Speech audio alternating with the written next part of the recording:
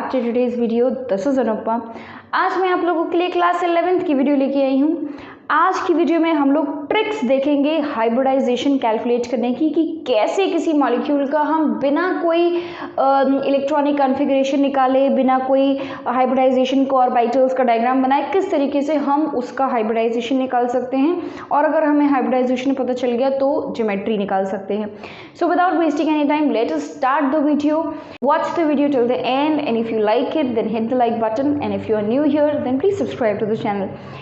Last video में मैंने आप लोगों को हाइब्रिडाइजेशन को डिटेल में बताया था, मतलब एक्चुअल हाइब्रिडाइजेशन में क्या क्या चीज़ें होती हैं वो बताया था। आज हम लोग सिर्फ शॉर्ट ट्रिक के बारे में बात करेंगे, ठीक है। तो हाइब्रिडाइजेशन कैलकुलेट करने के लिए सीधे पॉइंट पे आते हैं। यहाँ पे हम पढ़ रहे हैं ट्रिक्स फॉर हाइब्रिडाइजेशन, ठीक है। हमें कैलकुलेट करना है, हमें पता करना है कि किसी भी मॉलिक्यूल का हाइब्रिडाइजेशन कैसे होगा, और ये हम करेंगे ट्रिक से, ठीक है। चलो देखो, हाइब्रिडाइजेशन कैलकुलेट करने के लिए सबसे पहले हमें वैल्यू निकालनी है, वैल्यू ऑफ जेड। हमें क्या निकालना है? Value of Z. ध्यान से सुनिएगा मैं क्या बोल रही हूँ। हमें निकालनी है वैल्यू ऑफ जेड, ठीक है। कोई भी एक, मतलब कुछ एक वैल्यू निकालनी होती है, उसको हमने z के अल्फ़ाबेट से डिनोट कर दिया है, ठीक है। तो we will find the value of z and there are two ways to calculate z। पहला, अगर स्ट्रक्चर आपको पता है, ठीक है, तो अगर आपको व्हेन स्ट्रक्चर इज नोन, क्योंकि ज़रूरी नहीं है कि आपको हर मॉलिक्यूल का स्ट्रक्चर पता हो, तो अगर आपको स्ट्रक्चर पता है लकीली, तो उस केस में z की वैल्यू निकालना बहुत आसान है। आप z की वैल्यू में कैलकुलेट कर लीजिए कि उसमें नंबर ऑफ बॉन्ड पेयर्स कितने हैं और लोन पेयर्स कितने हैं, ठीक है। बॉन्ड पेयर्स और लोन पेयर्स, पेयर्स इलेक्ट्रॉन्स नहीं, पेयर्स। तो नंबर ऑफ बॉन्ड पेयर्स और लोन पेयर्स अगर आपने कैलकुलेट कर लिया है तो z की वैल्यू आ जाएगी, उन दोनों को ऐड कर दीजिएगा। And this is when you know the structure, ठीक है। What if the structure is not known, ठीक है। अगर आपको स्ट्रक्चर इज नहीं पता है, one structure is not known, अगर आपको स्ट्रक्चर नहीं पता है, उस केस में आप कैसे निकालेंगे z की वैल्यू? तो देखो कैसे निकलेगी, यहाँ से लिखती हूँ, z is equal to valence electrons of central atom, ठीक है, valence electron of central atom plus negative charge. अगर कोई नेगेटिव चार्ज है उस मॉलिक्यूल पे, अगर वो मॉलिक्यूल नहीं है, आयन है, तो उसके ऊपर कोई ना कोई चार्ज होगा, तो वो अगर नेगेटिव है तो उसको ऐड कर दीजिएगा, और अगर वो पॉजिटिव है तो उसको सब्ट्रैक्ट कर देना है, ठीक है। तो valence electrons of central atom, और उसके बाद फिर ऐड कर दीजिए अगर कोई नेगेटिव चार्ज है, माइनस कर दीजिए अगर कोई पॉजिटिव चार्ज है, plus number of monovalent atoms, number of monovalent atoms. तो नंबर ऑफ मोनोवेलेंट एटम मतलब कि जिसकी वैलेंसी कैसी हो, 1 हो, ठीक है। जैसे आपका क्लोरीन, हाइड्रोजन, ये सारे फ्लोरीन, ये सब क्या हो गए? मोनोवेलेंट हो गए। और अगर मोनोवेलेंट नहीं है तो वहाँ पे आपको कुछ नहीं करना है, ठीक है। So these are the two ways that you can calculate z। और अगर आपको z कैलकुलेट कर लिया है तो अब z की कुछ वैल्यूज आएंगी। अब आपने z की वैल्यू कैलकुलेट कर ली है तो z की कुछ वैल्यूज आएंगी। अब देखिए, अगर z की वैल्यू 2 आती है, ठीक है, अगर z की वैल्यू 2 आती है तो हाइब्रिडाइजेशन क्या हो जाएगा उसका? हाइब्रिडाइजेशन हो जाएगा sp, ठीक है। और यहाँ पे हम लिखते हैं ज्योमेट्री, तो ज्योमेट्री इसकी क्या हो जाएगी? लीनियर, ठीक है, linear. This is all in ideal condition. Ideal condition में उसकी ज्योमेट्री हो जाएगी लीनियर, और एंगल हो जाएगा 180 डिग्री। अगर z की वैल्यू 3 आती है तो हाइब्रिडाइजेशन हो गया sp2। sp2 में आपकी ज्योमेट्री हो जाएगी ट्राइगोनल प्लेनर, और एंगल हो जाएगा 120 डिग्री। z की वैल्यू 4 है तो sp3 मतलब कि टेट्राहेड्रल, ठीक है, sp3 मतलब टेट्राहेड्रल, और एंगल कितना हो जाएगा?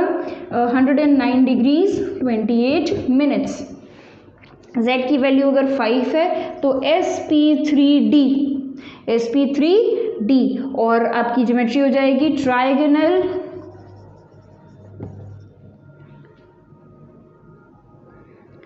Bye pyramidal, trigonal bipyramidal, angle will be 120 degrees and 90 degrees, ठीक है, दो एंगल होंगे इसमें। z की वैल्यू अगर 6 आ गई तो sp3d2 और इसका ज्योमेट्री हो जाएगा ऑक्टाहेड्रल, ऑक्टाहेड्रल, और एंगल हो जाएगा 90 डिग्री, सारे एंगल्स आपके 90 डिग्रीज हो जाएंगे, ठीक है। तो ये z की वैल्यू और z की वैल्यू से हमारा ज्योमेट्री और हाइब्रिडाइजेशन हम कैलकुलेट कर सकते हैं। तो मेन काम हमारा है z की वैल्यू कैलकुलेट करना, ठीक है। तो इसको लिख लो कि कैसे करना है, क्या करना है, उसके बाद हम प्रैक्टिस करते हैं क्वेश्चंस।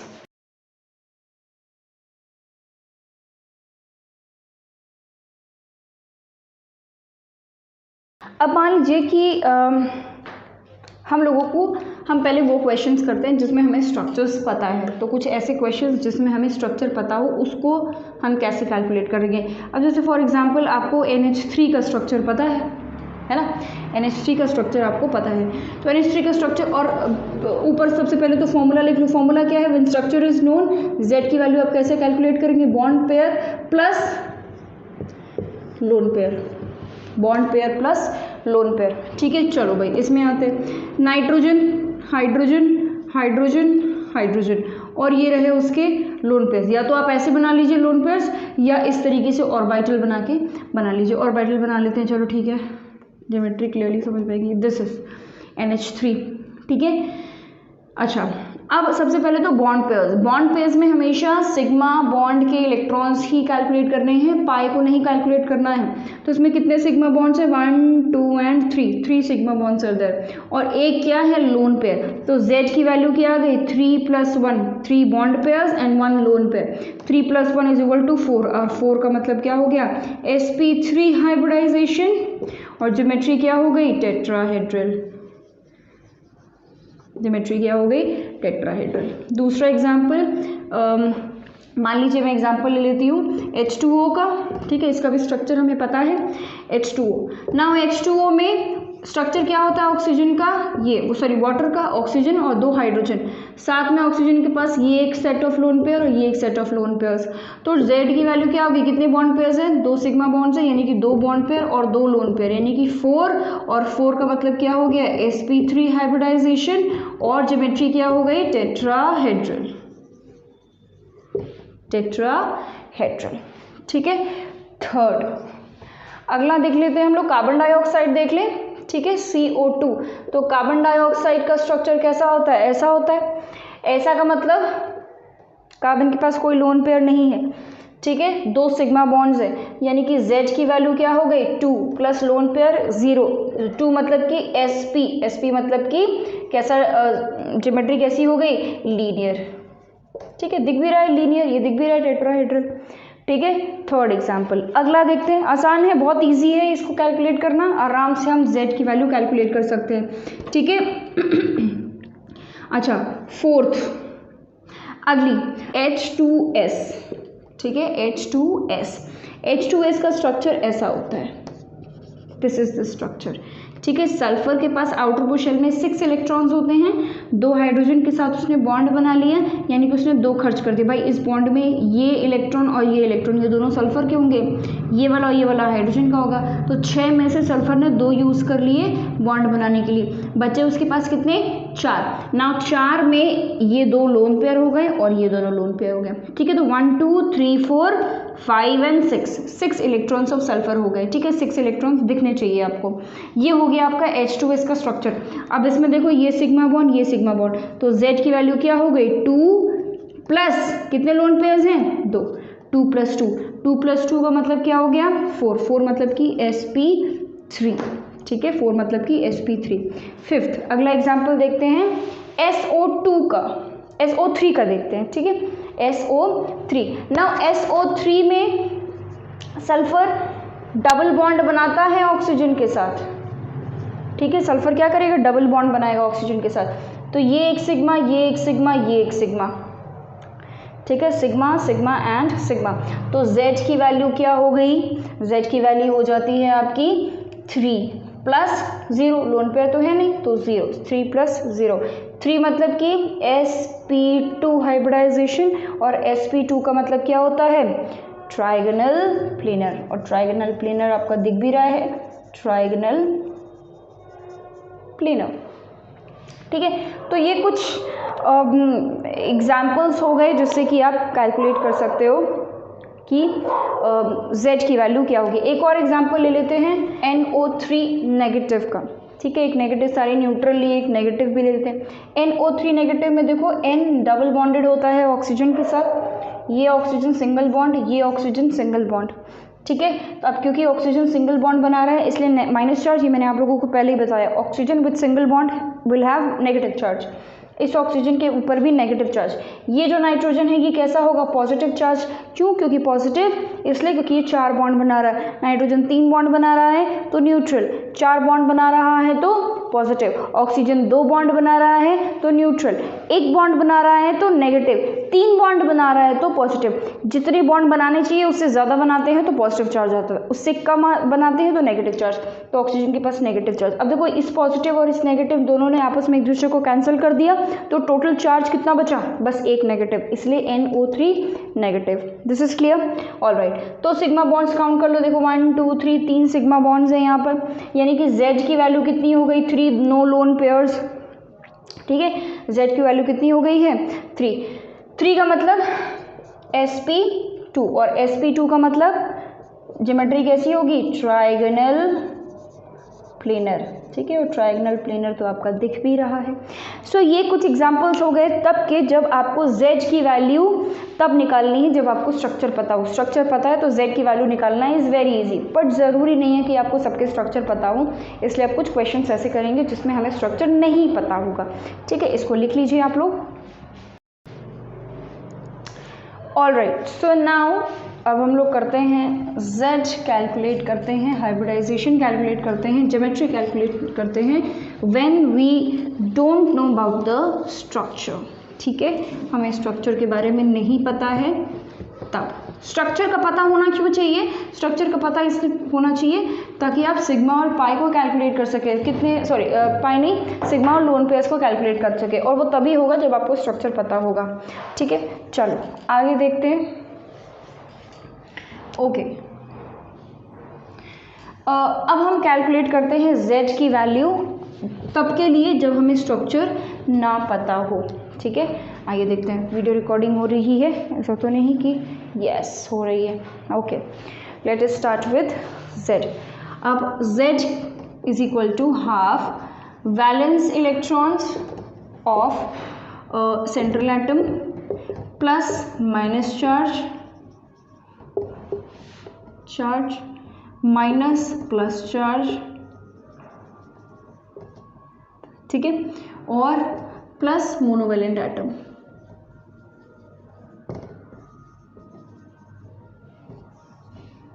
ठीक है, प्लस मोनोवेलेंट एटम। ये आपका हो गया है फॉर्मूला। अब इसी फॉर्मूला को यूज़ करके मैं आपको सारे हाइब्रिडाइजेशन करके, मतलब ये जो बेस्ट वे है, इसमें आपको स्ट्रक्चर जानने की भी ज़रूरत नहीं है, ठीक है। चलो सबसे पहला एग्जांपल मान लीजिए कि हमें CO3 2 नेगेटिव का निकालना है। फॉर एग्जांपल CO3 2 नेगेटिव में Z की वैल्यू की आगे देखो, हाफ कर दिया सबसे पहले। तो valence electron central atom, central atom यहाँ पे कौन होगा, कार्बन, ऑब्वियसली जो कम नंबर में होता है वही आपका सेंट्रल एटम होता है, तो carbon is the central atom. Central atom के वैलेंस इलेक्ट्रॉन में, तो कार्बन के वैलेंस इलेक्ट्रॉन कितने होते हैं 4। ओके, क्या यहाँ पे कोई चार्ज है, हाँ है, नेगेटिव चार्ज, और नेगेटिव चार्ज को हम ऐड करते हैं, यानी कि +2 नेगेटिव है ना, तो हमने उसको ऐड कर दिया। उसके बाद क्या यहाँ पे कोई मोनोवेलेंट एटम है, no, oxygen is not monovalent, ठीक है, बाईवेलेंट है, बाईवेलेंट एटम है ऑक्सीजन, ठीक है। तो यहाँ पे हम इसके आगे कुछ नहीं करेंगे। आगे ही देखो, तो ये क्या वैल्यू आ गई, 4 + 2 6 डिवाइड बाई 2, ये क्या हो जाएगा, वैल्यू आ गई आपकी 3, और 3 का मतलब कौन सा हाइब्रिडाइजेशन, sp2, और sp2 का मतलब trigonal bi pyramidal, sorry planar,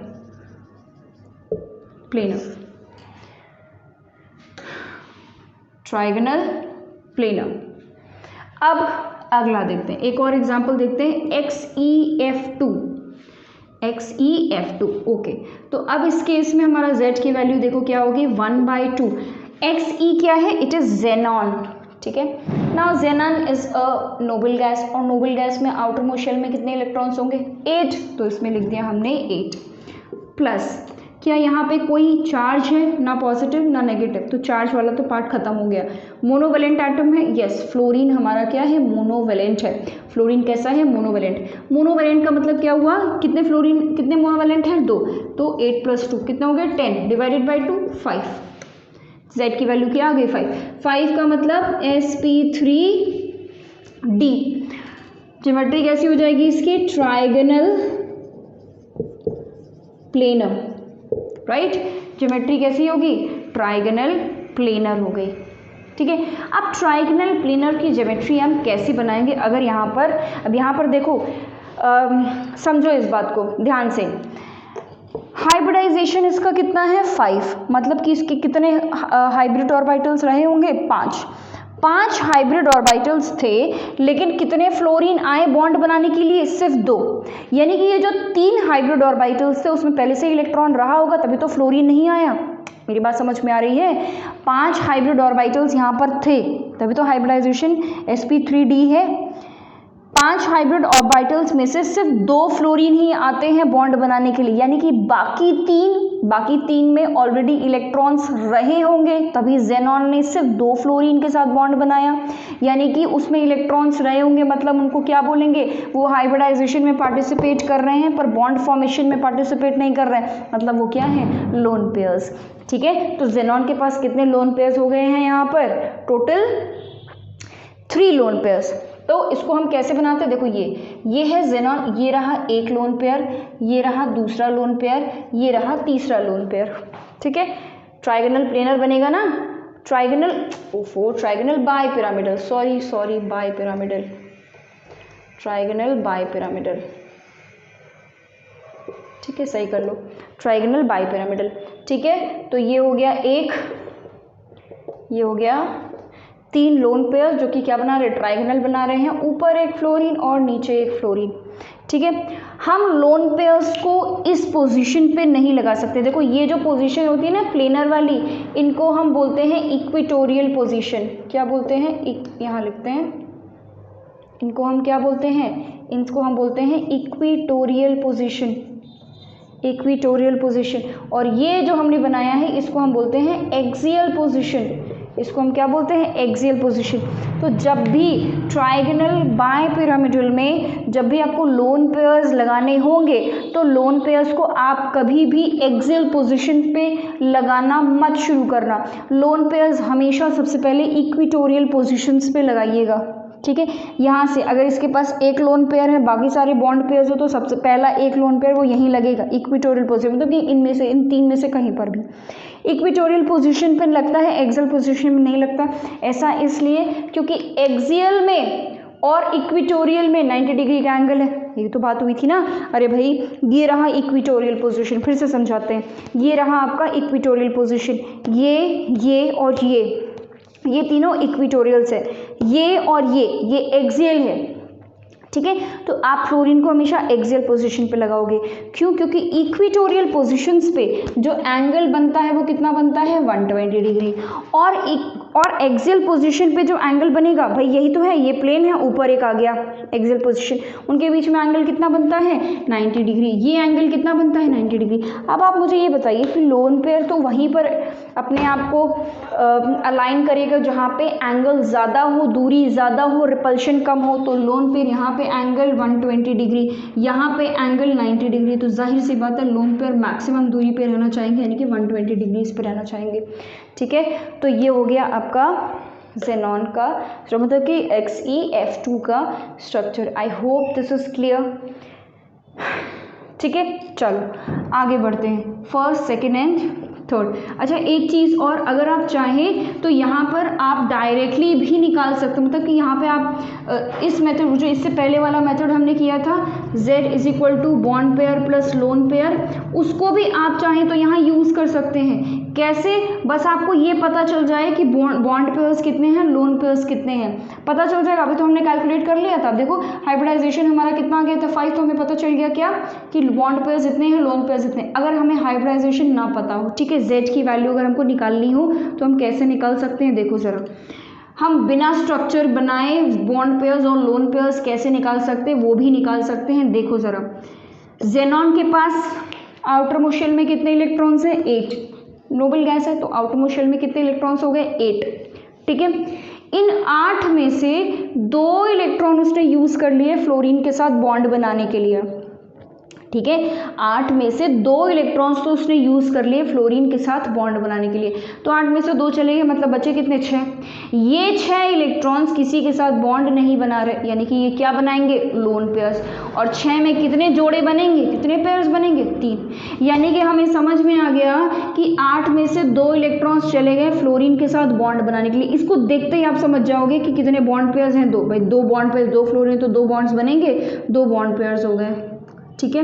उसके बाद लोन पेयर्स कैसे निकालेंगे हम, लोन पेयर्स कैसे पता चल जाएगा।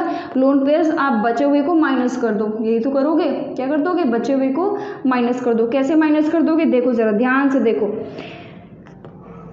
8 इलेक्ट्रॉन थे, 8 में से 2 चले गए बॉन्ड बनाने के लिए, बचे कितने 6। 6 का मतलब क्या हुआ, कितने पेयर्स 3 पेयर्स, 6 के 3 ही तो पेयर बनेंगे, 2 2 2, तो ये 3 कहाँ चले जाएंगे लोन पेयर्स में, और Z की वैल्यू आपकी 5 आ गई, हो गया काम, ठीक है। इस तरीके से आप बिना स्ट्रक्चर के भी ये वाला फॉर्मूला यूज़ कर सकते हैं, ठीक है। तो ये सिर्फ आसान तरीके हैं हाइब्रिडाइजेशन को कैलकुलेट करने के, आप किसी भी तरीके से हाइब्रिडाइजेशन को कैलकुलेट कर सकते हैं, ठीक है। चलो इसके आगे तीसरा एग्जाम्पल ले लेते हैं। तीसरा एग्जाम्पल ले लेते हैं, मान लीजिए CCl4 ले लें, CH4 ले लेते हैं, चलो ठीक है। CH4 चलो हम ले चुके, CCl4 ले लेते हैं, CCl4 ना, CCl4 में Z की वैल्यू कितनी आ जाएगी, कार्बन के आउटर मोस्ट शेल में 4 electrons plus charge 0, monovalent atoms कितने हैं 4, ठीक है। तो ये 4 हो गया, 4 + 4 8 डिवाइड बाई 2 4, 4 मतलब कि sp3 हाइब्रिडाइजेशन, और sp3 मतलब कि टेट्राहेड्रल ज्योमेट्री कैसी हो गई है, टेट्राहेड्रल ज्योमेट्री हो गई है, ठीक है। और एग्जाम्पल देखते हैं, अगला देखते हैं SiF4, ठीक है। SiF4, Si मतलब कि सिलिकन, सिलिकन का एटॉमिक नंबर होता है 14, ठीक है। 14 का मतलब आउटर मोस्ट शेल में कितने इलेक्ट्रॉन्स हो गए 4, ठीक है। आउटर मोस्ट शेल में 4 इलेक्ट्रॉन्स प्लस क्या कोई चार्ज है नहीं, मोनोवेलेंट एटम है यस, कितने हैं 4, तो 4 + 4, तो ये वैल्यू भी कितनी आ जाएगी 4, यानी कि sp3 हाइब्रिडाइजेशन, यानी कि टेट्राहेड्रल ज्योमेट्री हो गई, टेट्राहेड्रल ज्योमेट्री। नेक्स्ट अगला एक और एग्जांपल देख लेते हैं, SO3 नेगेटिव, ठीक है, SO3 2 नेगेटिव, SO3 2 नेगेटिव। हाँ, अब Z की वैल्यू देखो 1/2, ठीक है। सल्फर, सल्फर के आउटर मोस्ट शेल में कितने इलेक्ट्रॉन्स होते हैं 6, ठीक है। तो ये हो गया 6 प्लस क्या कोई चार्ज है, हाँ है, कितना है 2 माइनस, तो हम उसको क्या करेंगे ऐड कर देंगे, +2 कर दिया। कोई मोनोवेलेंट एटम है नहीं, कोई मोनोवेलेंट एटम यहाँ पर नहीं है, तो यहाँ पे फिर से अगेन आपका वैल्यू कितनी आ गई Z की 4, 4 का मतलब sp3 हाइब्रिडाइजेशन और टेट्राहेड्रल ज्योमेट्री, ज्योमेट्री कैसी हो गई है tetrahedral. I hope this is clear, ठीक है। एक और एग्जांपल ले लेते हैं,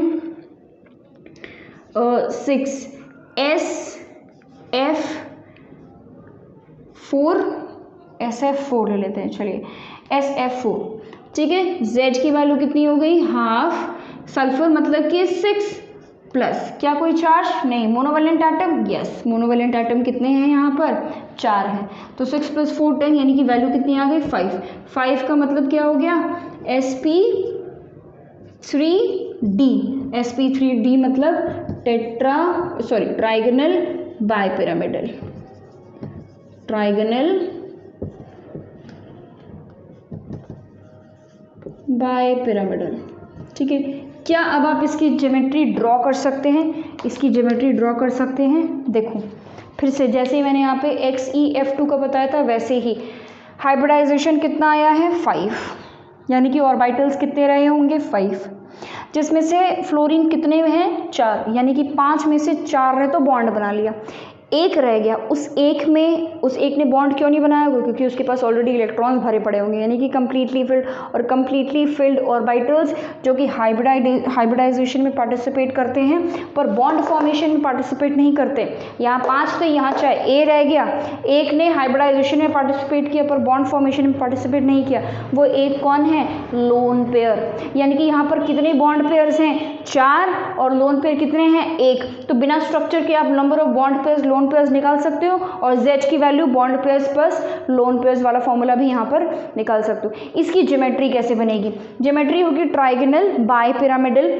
बनेगी कैसे? देखो मैंने आपको बताया कि जब भी आप ज्योमेट्री बनाएंगे लोन पेयर्स और बॉन्ड पेयर्स दोनों हैं। ट्राइगोनल बाय पिरामिडल में लोन पेयर को कौन सी पोजीशन देनी है? Equatorial position. ये इक्विटोरियल पोजीशन में आपका क्या रहेगा? हमेशा लोन पेयर। यहाँ एक फ्लोरीन आ गया, यहाँ एक फ्लोरीन आ गया, ऊपर एक फ्लोरीन आ गया, नीचे एक फ्लोरीन आ गया।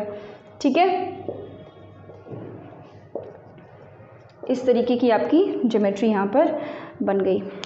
ठीक है, सो ये कुछ एग्जाम्पल्स मैंने आपको बता दिए हैं हाइब्रिडाइजेशन कैलकुलेट करने के। आगे जितने भी कई सारे क्वेश्चंस आएंगे जिसमें कि हम हाइब्रिडाइजेशन कैलकुलेट करते रहेंगे, कोई टेंशन वाली बात नहीं है। हाइब्रिडाइजेशन तो हमको अब ज़बानी आ जानी चाहिए। ठीक है, so please write this down. All right, so this was all about today's video. आज हम लोगों ने हाइब्रिडाइजेशन को आसानी से कैसे कैलकुलेट करना है ये सीख लिया है। It is very important because कई जगह पर आपको हाइब्रिडाइजेशन पता होना चाहिए।